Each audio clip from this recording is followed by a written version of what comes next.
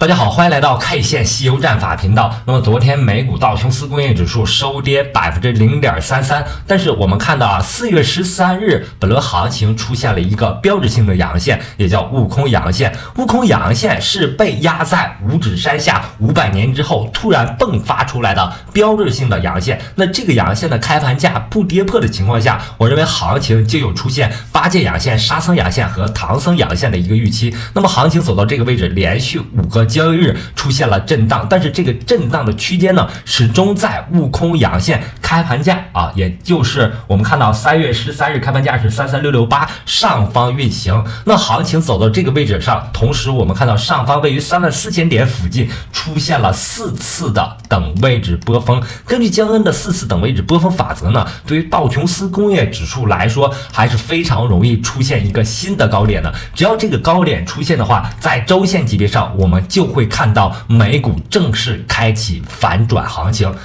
但值得注意的一点是比特币在近期这个位置上出现了一个快速调整。快速调整的同时，我们看到目前跌破了一个非常重要的关口，就是28500美金。为什么说这个位置非常重要呢？原因是我们把时间级别调到4小时级别，在4小时级别上，4小时级别的144均线和169均线在28500美金形成了一个重要的支撑。同时我们也可以看到从3月23日震荡过来的一个波谷连线，同时在28500构成支撑。所以呢，这轮行情在4小时级别的回踩目标呢，也是28500美金这个位置支撑位没有撑住的情况下，就要把时间级别切换到日线级别。那在日线级别上，我们可以看到在日线级别上，我们看到了一个标志性的阴线，这根阴线产生于4月19日。那有了这根悟空阴线，并且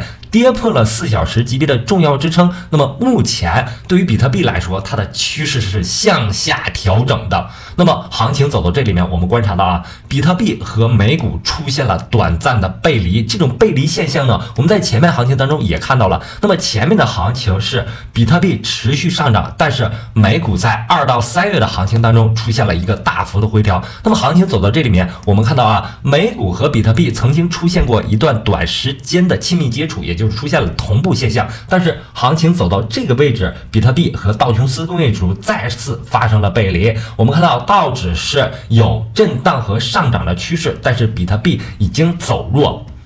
在这种背离的大背景下呢，我们看到比特币是跟随美股跟跌不跟涨的，所以呢，行情目前跌破28500美金之后相对来说就要看空了。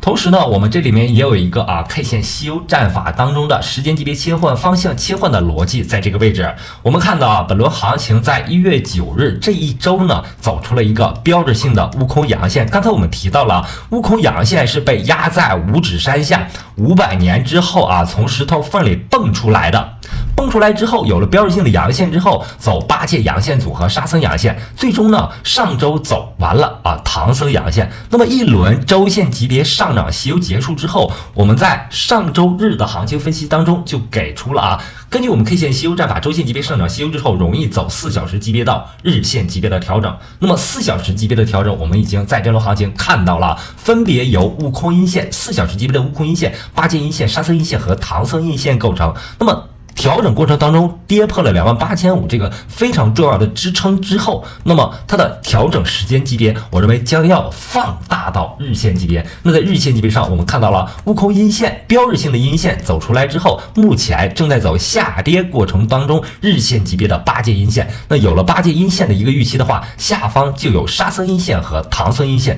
最终呢完成它的一轮日线级别调整的目标。那么我们看到这轮调整如果能够最终完成日线级别下跌西游的话，那下方的支撑线呢是在2月份形成了一个筹码密集区，这个筹码密集区呢大概是在25500美金附近，所以呢这也是目前调整日线级别下跌西游的一个目标，也是筹码密集区能够形成支撑的一个位置。那么在这个下跌趋势过程当中我们看到以太坊和比特币的交易对曾经出现过一轮反弹行情，它的这轮反弹行情呢是相对于比特币来说的出现过一轮日线级别反弹西游，日线级别反弹西游之后反弹到日线级别的1440均线和169均线附近开始遇阻回落。那么目前遇阻回落过程当中，我们看到一个悟空阴线，一个八剑阴线。昨天的反弹呢是下跌吸油过程当中八剑阴线所遇到的妖怪，所以呢，目前对于以太坊和比特币的交易对仍然处在一个弱势的趋势过程当中，有日线级别下跌吸油的一个预期。如果出现以太坊和比特币交易对的日线级别下跌吸油，可能达到目标位0.02 0.062前低附近。那在以太坊的行情当中，我们可以看到4月19日这根阴线已经将4月14日的八戒阳线消灭。我们看到这个位置，4月13日走出悟空阳线，然后走八戒阳线，后面的 K 线呢是八戒阳线遇到的妖怪，但是这些妖怪呢最终在4月19日的这根阴线这些妖怪将八戒阳线杀死了。那么目前对于以太坊来说，日线级别已经走弱，那么可以将4月19日的这根阴线呢，作为日线级别的标志性的阴线。有了这个标志性的阴线的话，那么对于以太坊来说，它的回撤的日线级别下跌吸油之后，可能会达到1745前面箱体过程当中形成的一个上边线的筹码密集区附近。所以呢，对于以太坊来说，目前是一个下跌趋势。它的下跌趋势呢，我们可以看到是强势于比特币的。下跌趋势强势于比特币，证明以太坊目前是一个好的做空标的。对于山寨币来说，我们看到这轮行情当中CFX 包括 OAX， 我们之前提到的很多强势的山寨纷纷出现回落。那在回落当中，我们看到CFX 它的回落结构非常简单非常简单粗暴。那么这轮行情当中，我们可以看到日线级别一轮日线级别上涨吸油之后做震荡调整，震荡调整过程当中形成收敛三角形，收敛三角形在4小时级别焦点的这个位置上焦点这是一个容易发生变盘的位置，容易向上，但是它也容易向下但是它在焦点位发生了下跌。下跌过程当中，我们把时间级别调到日线级别，可以看到日线级别的悟空阴线走出来了，八戒阴线走出来了。那么目前正在一个沙僧阴线的设置范围，如果能够最终完成一轮日线级别下跌吸油的话，那么目标点位呢是在0.27美金附近一轮日线级别下跌吸油最终可能会结束结束之后才是我们重新布局加仓的一个点位。那么这一轮对于 CFX 的行情，我们在0.45就已经减仓部分，但是留有底仓，底仓留着，然后等待调整过后，我们再进行把这个仓位重新补回来为什么还要补回来呢？因为 CFX 呢是公链板块当中香港区域的一个龙头币种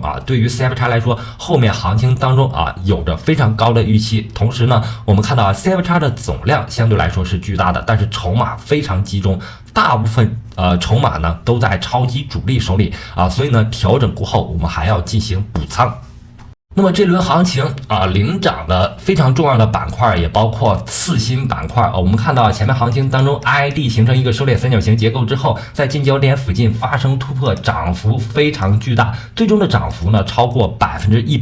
达到惊人的139%。那么行情走到这个位置，我们看到一轮日线级别上涨吸油之后，正在做4小时级别下跌吸油的调整。那么在调整过程当中，我们可以把4小时级别的1440均线和169均线作为一个支撑位，在支撑位附近也就是 K 线和1440均线交汇之后再进行补仓动作这样比较安全，因为4小时级别这个位置是存在一定支撑的。同时呢，这轮行情我们可以看到次新板块 ID 和 ARB 是本轮行情当中非常重要的热点，曾经一度在日线级别上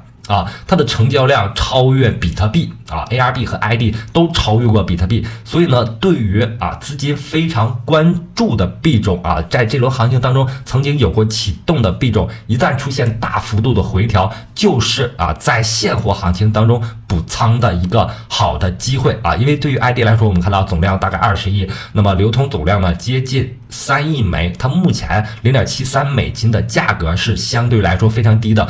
如果牛市启动或者 ID 这个板块启动的话它会有一个非常高的预期，所以呢，一旦遇到调整就是补仓的机会但是补仓呢也一定要注意方法尽量在